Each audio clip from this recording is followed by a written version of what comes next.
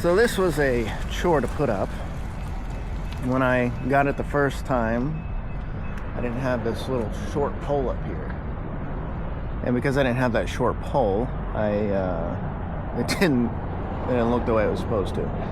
My E-mode support, whatever, got the short pole. Now it actually works. So we'll walk around.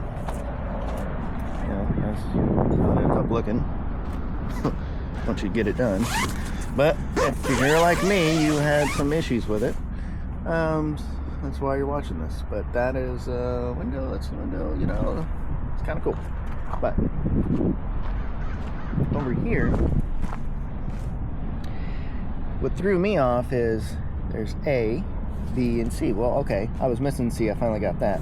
But I was like, well, B, I have the A's. This is the A. They're all A's, right? This says the main pole is A. Whatever B.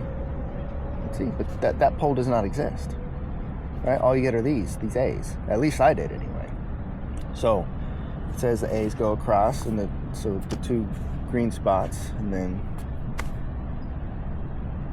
the B if you had one over the middle. So I just used all A's, right? So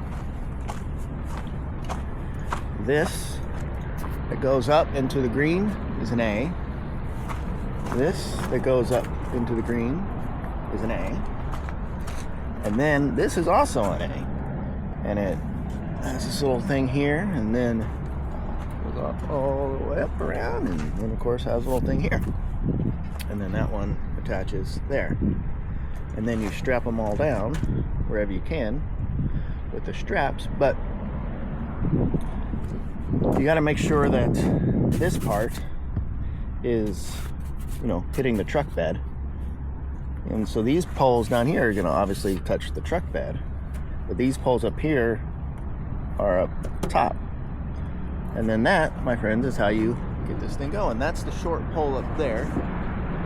Connect it into these little silver things, gold things, and it's got a little deal here. Hopefully that helps you if you're having any trouble with this tent, because I know it was quite a hassle for me.